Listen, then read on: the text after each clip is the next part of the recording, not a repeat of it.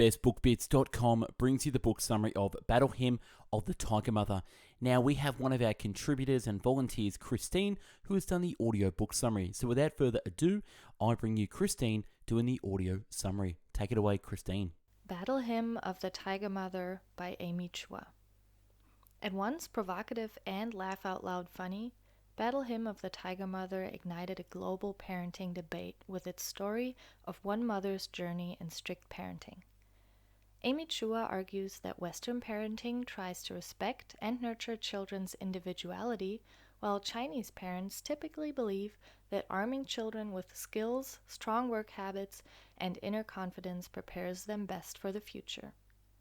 Battle Hymn of the Tiger Mother chronicles Chua's iron-willed decision to raise her daughters, Sophia and Lulu, the Chinese way, and the remarkable, sometimes heartbreaking results her choice inspires. Achingly honest and profoundly challenging, Battle Hymn of the Tiger Mother is one of the most talked about books of our times. If you're a good parent, you know your child needs all the compassion and support you can give them, right? Not according to author and tiger mother of two, Chua. Quite the contrary, her child-rearing techniques entail endless demands, criticism, and most importantly, the unshakable belief that her children can succeed at anything they put their minds to. In this book summary, you'll discover the pros and cons of the authoritarian Chinese style of raising children and how being a tiger mom worked out for Chua. In this summary of Battle Hymn of the Tiger Mother by Chua, you'll also learn why school plays don't matter to a tiger mom, why Chinese parents don't care about hurting their children's self-esteem, and why fatty, lose some weight is an okay thing to say to your child. Battle Hymn of the Tiger Mother, Key Idea 1. Chinese and Western parental mindsets differ greatly.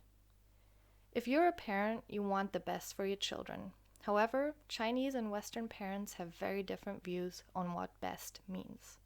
Here are 3 primary differences. First, Western parents want their children to have high self-esteem, while building self-esteem doesn't hold much importance for Chinese parents. Western parents become concerned about their children's feelings if they lose or fail.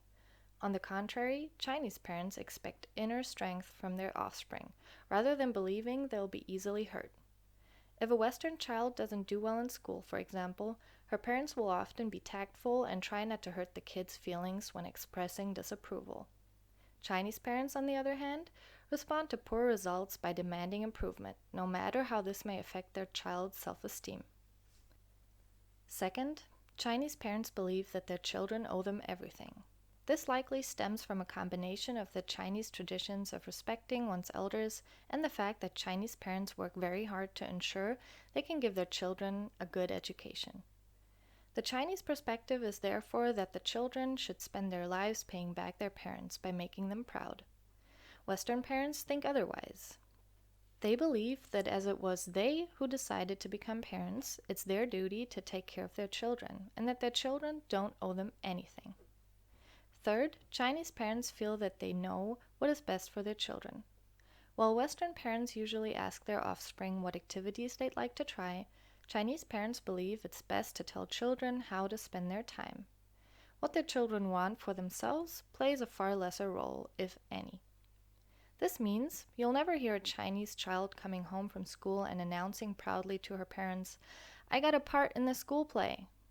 This is because Chinese parents feel it's best for their offspring to only partake in extracurricular activities in which they can win a medal, preferably a gold one. Battle Hymn of the Tiger Mother, Key Idea 2. Chinese parents don't let their children give up so easily and work hard to prepare them for the future. What do you do when you find out your child is not particularly good at something? Western parents will often simply acknowledge a child's weakness, but Chinese parents will do everything in their power to transform it into a strength. This is because Chinese parents think that there is nothing better for children than to improve the things that they aren't good at, yet. While many Western parents try to avoid hurting their children's self-esteem by, say, avoiding games where the child might lose, Chinese parents teach their children to persevere through challenges and difficult situations. For instance, Louisa, the author's daughter, was assigned a difficult piano piece to learn, in which each hand had to play different rhythms. Louisa practiced for hours and still failed to get it right. When she announced that she was giving up, her mother forced her to carry on. The author wanted to instill in her daughter the belief that she could improve. Sure enough, Louisa was finally able to play the piece, and was so thrilled that she played the song again and again over the following few days. Another typical aspect of Western parenting is encouraging children to pursue their passions. Yet, Chinese parents see far more value in preparing their children for the future by giving them the necessary skills to succeed. The author didn't make a single decision for herself throughout her own childhood. Whenever there was a new choice of subject at school, a new extracurricular activity on offer, or when the topic of which university to attend came up, her parents dictated what was best for her. On one hand, this meant she had no freedom, but seeing how successful she is now, she's grateful for her parents' decisions. Battle Hymn of the Tiger Mother, key idea number 3. Chinese parents don't believe in fun and don't address happiness while bringing up their children. When we see strict parents scolding their children, we tend to think the children are unhappy. Yet, Amy Chua was quite happy as a child, even though she was raised by extremely tough Chinese parents. In fact, to Chinese parents, nothing is fun for children until they are proficient at it. And whenever you want to be good at something, it's going to require considerable practice. While most children want to quit near the beginning of the process, since this is when things are toughest, tiger mothers force their children to persevere until they start to like it. Take Amy Chua's daughter, Sophia. When she started to learn the piano, every exercise took a great deal of effort, but Amy forced her to practice anyway, often for 3 hours each day. After some time, Sophia became so good at piano that others began praising her for it. This recognition raised her confidence and made the arduous work more fun, which in turn made it easier for Amy to get Sophia to continue with her practice. Despite the fact that happiness is hardly a primary factor for Chinese parents, their children do say that they are happy. When you look at the packed schedule of a Chinese child and the immense amount of work their parents pile onto them, you might wonder how on earth they can have a happy childhood. But when Amy looks at Western families, she sees that many break down even though they have far more flexible schedules and openly discuss happiness. In fact, many grown Western children can't bear being around their parents, or worse, won't even talk with them.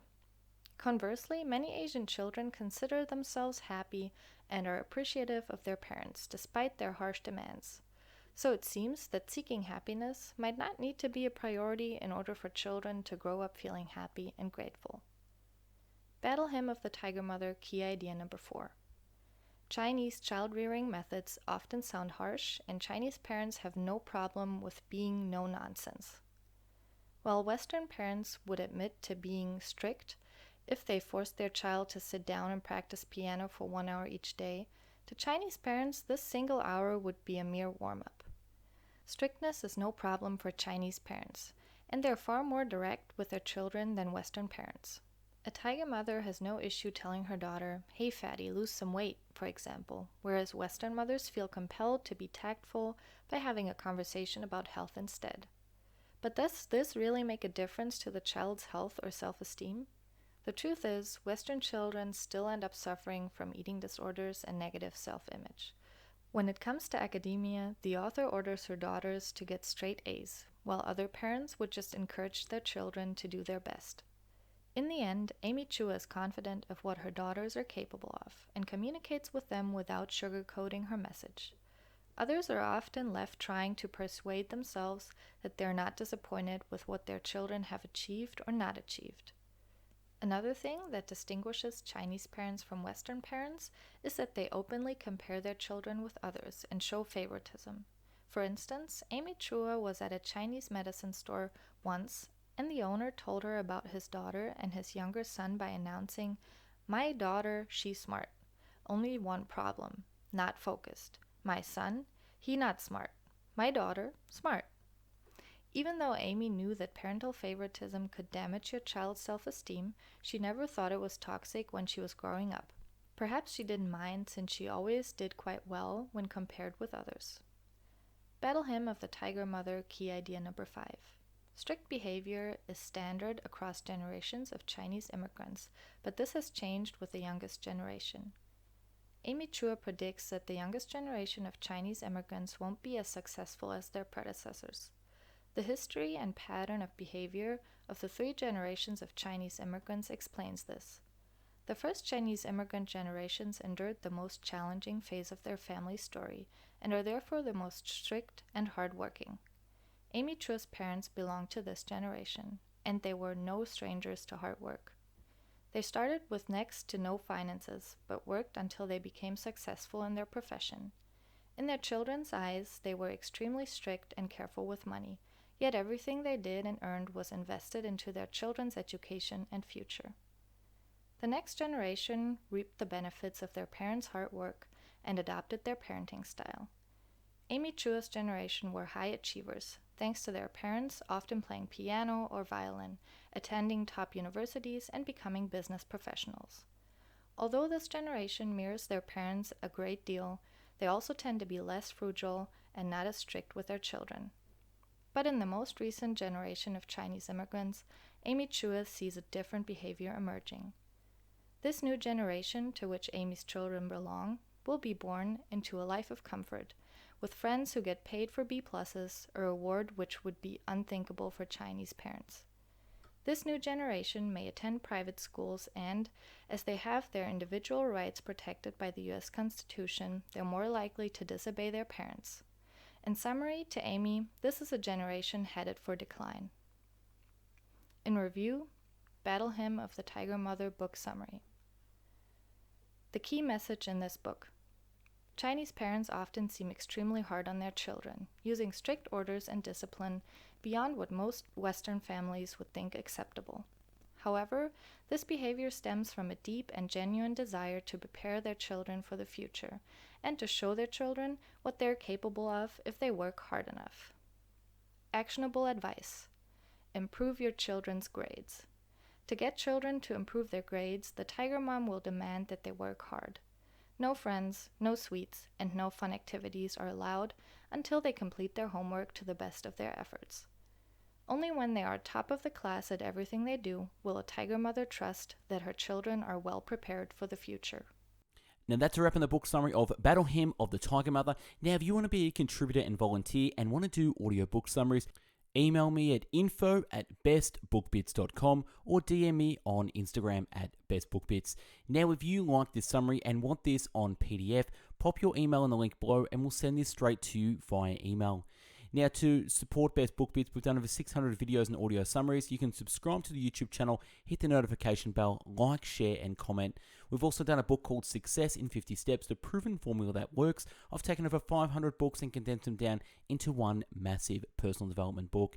Now, also we do coaching, so if you want to achieve your goals quicker than you can by yourself, you can hire me for coaching as I have a coaching program. We've also put together our top 150 Best Book Bit summaries, over 5 volumes, 2,500 pages, so grab your copy now in the link below. And if you're serious about having your best year ever, we've done a program called 28 Steps to Making Your Best Year Ever, so jump on that course now to improve your year. Follow us on bestbookbits.com, the home of the world's largest free book summary website in video, written, and audio format.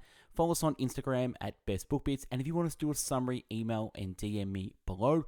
Follow us on Spotify, where all our summaries get uploaded first on Spotify and then YouTube second. We run a free book club at Facebook, so check us out at there.